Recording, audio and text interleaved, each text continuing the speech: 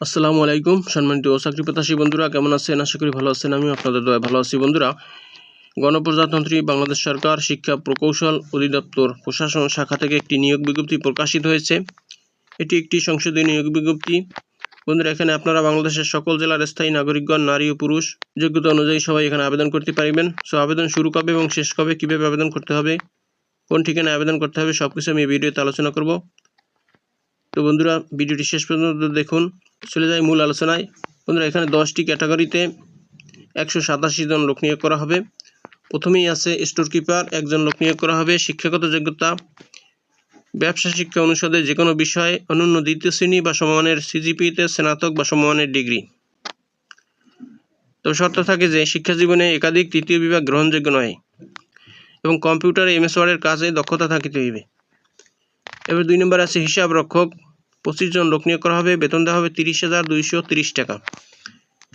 এখানে আবেদন করতে শিক্ষাগত যোগ্যতা ব্যবসা শিক্ষা অনুষদে যে কোনো বিষয়ে স্নাতক ডিগ্রি বা সমমানের ডিগ্রি। এছাড়াও কম্পিউটার MS ওয়ার্ডের কাজ জানতে হবে এবং শিক্ষা জীবনে একাধিক তৃতীয় বিভাগ গ্রহণযোগ্য নয়। এবার 3 নম্বর আছে কম্পিউটার অপারেটর, 27 জন লোক নিয়োগ করা হবে। শিক্ষাগত যোগ্যতা চাওয়া হয়েছে বিজ্ঞান বিভাগে স্নাতক বা সমমানের ডিগ্রি। এছাড়াও কম্পিউটার মুদ্রাক্ষরে প্রতি মিনিটে বাংলায় 25 শব্দ এবং ইংরেজিতে 30 শব্দের গতি থাকলে এখানে আবেদন করা যাবে। এরপর 4 নম্বরে আছে শার্ট লিপিকার কাম কম্পিউটার অপারেটর, এখানে 4 জন লোক নিয়োগ করা হবে। এখানে আবেদন করতে শিক্ষাগত যোগ্যতা চাওয়া হয়েছে কোনো শিক্ষিত বিশ্ববিদ্যালয় হইতে অনন্য দ্বিতীয় শ্রেণী বা সমমানের সিজিপিতে স্নাতক বা সমমানের ডিগ্রি। এছাড়াও কম্পিউটার ব্যবহারে দক্ষতা থাকিতে হবে, কম্পিউটার টাইপিংও দক্ষতা থাকিতে হবে।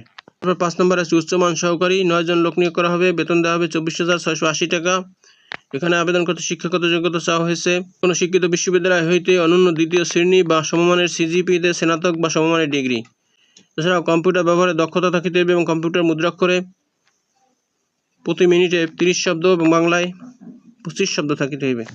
এরপর 6 নম্বরে আছে শার্ট মুদ্রাক্ষরিক কাম কম্পিউটার অপারেটর, এখানে 3 জন লোক নিয়োগ করা হবে। বেতন দেওয়া হবে 24,680 টাকা। এখানে আবেদন করতে শিক্ষাগত যোগ্যতা চাওয়া হয়েছে যে কোনো শিক্ষিত বিশ্ববিদ্যালয় হইতে অনন্য দ্বিতীয় শ্রেণী বা সমমানের সিজিপিএতে স্নাতক বা সমমানের ডিগ্রি। এছাড়াও কম্পিউটার ব্যবহারে দক্ষতা থাকিতে হইবে এবং কম্পিউটার টাইপিংও দক্ষতা থাকিতে হইবে। এবার 7 নম্বর আছে হিসাব সহকারী, 39 জন লোক নিয়োগ করা হবে।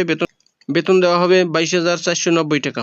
এখানে আবেদন করতে শিক্ষাগত যোগ্যতা উচ্চ মাধ্যমিক সার্টিফিকেট বা সমমান পরীক্ষায় উত্তীর্ণ হতে হবে এবং কম্পিউটার MS ওয়ার্ডের কাজ জানতে হবে। এরপর 8 নম্বর আছে অফিস সহকারী কাম কম্পিউটার মুদ্রাক্ষরিক, লোক নিয়োগ করা হবে 76 জন। বেতন দেওয়া হবে 22,490 টাকা। এখানে আবেদন করতে শিক্ষাগত যোগ্যতা উচ্চ মাধ্যমিক বা সমমানের পরীক্ষায় উত্তীর্ণ হতে হবে এবং কম্পিউটার ব্যবহারে দক্ষতা থাকিতে হইবে। এছাড়াও কম্পিউটার মুদ্রাক্ষরে ইংরেজিতে 20 শব্দ এবং বাংলায় 20 শব্দের গতি থাকিলে এখানে আবেদন করতে পারবেন। এরপর 9 নম্বর আছে স্টোর কিপার, 1 জন লোক নিয়োগ করা হবে। উচ্চ মাধ্যমিক সার্টিফিকেট বা সমমান পরীক্ষায় উত্তীর্ণ হলে এখানে আবেদন করা যাবে। এছাড়াও কম্পিউটার MS অফিসের কাজ জানতে হবে। এরপর আছে ইলেকট্রিশিয়ান, 2 জন লোক নিয়োগ করা হবে। বেতন দেওয়া হবে 22,490 টাকা। এখানে আবেদন করতে শিক্ষাগত যোগ্যতা উচ্চ মাধ্যমিক সার্টিফিকেট ভোকেশনাল সহ সংশ্লিষ্ট কাজে 6 মাসের বাস্তব অভিজ্ঞতা থাকিতে হইবে। তো বন্ধুরা, এখানে আবেদন করতে হবে অনলাইনের মাধ্যমে। আবেদনের ঠিকানা eedmoe.teletalk.com.bd এই ওয়েবসাইটের মাধ্যমে আবেদন করতে হবে। আবেদন অলরেডি শুরু হয়ে গেছে। আবেদন চলবে 19/4/2025 তারিখ পর্যন্ত। এখানে আবেদন ফি 1 থেকে 2 নং পদের জন্য 168 টাকা। এছাড়া 3 থেকে 10 নং পদের জন্য 112 টাকা। এছাড়াও ক্ষুদ্র নৃগোষ্ঠী, শারীরিক প্রতিবন্ধী ও তৃতীয় লিঙ্গের প্রার্থীদের জন্য আবেদন ফি 56 টাকা। তো বন্ধুরা, এই হলো শিক্ষা প্রকৌশল অধিদপ্তর থেকে প্রকাশিত নিয়োগ বিজ্ঞপ্তির বিস্তারিত। বন্ধুরা, ভিডিওটি যদি ভালো লাগে তাহলে আমার চ্যানেলটি সাবস্ক্রাইব করে দিন এবং ভিডিওটি শেয়ার দিয়ে দিন। তো ভালো থাকুন, সুস্থ থাকুন, আবার কথা হবে অন্য কোনো ভিডিওতে। সে পর্যন্ত শুভকামনা রইল। আসসালামু আলাইকুম।